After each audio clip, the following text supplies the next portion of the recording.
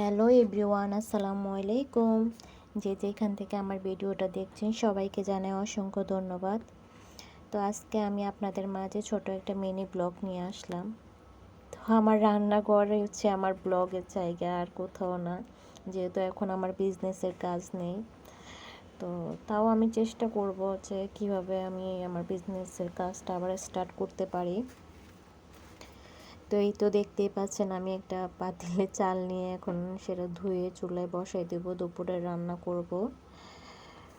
তো আমার একটা ছোট বাচ্চা আছে, আসলে তাকে নিয়ে রান্না বান্নার কাজ করা, তারপর বিজনেসের কাজ থাকলে সেটা সামলানো একটু কঠিন হয়ে যায়। তাও আমি চেষ্টা করি মানে আমার সময়টা যাতে কোনো না কোনোভাবে কাটে।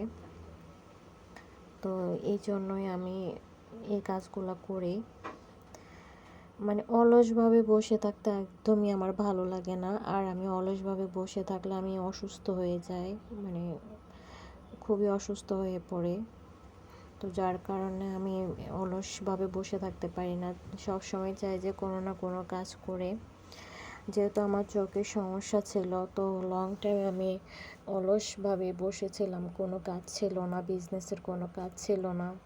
যার কারণে আমাকে মানে আমার সময়টা খুবই কঠিনভাবে যাচ্ছে।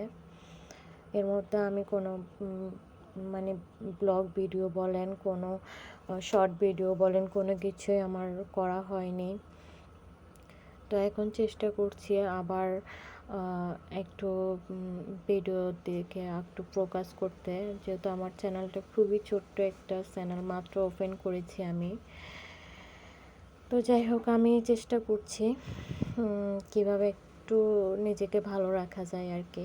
তো এই যে দেখতে পাচ্ছেন, এটা হচ্ছে আমার ছাদ বাগানের সবজি। জাস্ট কয়েকটা সবজি আমি এখানে নিয়ে আসলাম, একটু বড় হয়েছে দেখে আমার কেটে নিয়ে আসছি। তো এখন আমি সেটা একটু ডাল দিয়ে রান্না করব, মাসকলাইয়ের ডাল দিয়ে রান্না করব আমি। তো আমি এখন ডালটা সিদ্ধ দিয়ে দিয়েছি, কিছু পেঁয়াজ কুচি দিয়ে। এর আগে আমি ডাল বসাইছিলাম, দেখতেই পাচ্ছেন, একটু ডাল ঘন করে একটু ডাল রান্না করব। এক পাশে আমার চুলায় ভাত আছে। তো যাই হোক, আজকে রান্নাবান্নায় অনেক কিছুই থাকছে। এই যে দেখছেন, বট বেগুনের ভর্তা বানাচ্ছি শুটকি দিয়ে। তো এখানে আমার ডালটাও সিদ্ধ হয়ে গেছে, এখন আমি সবজিটা ডালের মধ্যে দিয়ে দিব। তো সবজির মধ্যে আমি একটা ডিম দিয়ে দিচ্ছি আমার বাচ্চার জন্য, সে ডিম খেতে অনেক পছন্দ করে, এই জন্যই। আর এখানে বেগুন ভর্তাটা আমি করে নেব। এখানে শুটকি, কাঁচামরিচ আর বট বেগুনটা আমি টেলে নিচ্ছিলাম। তো এটা কিন্তু অনেক মজা হয় খেতে। তো এটা আমার শাশুড়ির জন্য করা, ওনার জন্য আমি এটা করে দিচ্ছিলাম।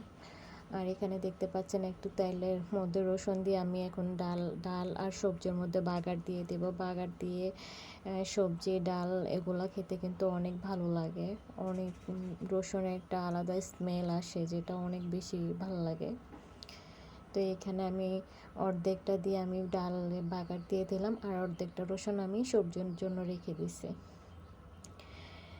তো এই হচ্ছে আমার আজকের রান্না বান্না। এখানে আমার মুরগির মাংস রান্না করা আছে, যার জন্য আজকে আর মুরগির মাংস রান্না করা লাগবে না, কিছু রান্না করা লাগবে না। আমার সবজিটাও হয়ে গেছে। সবাইকে অসংখ্য ধন্যবাদ।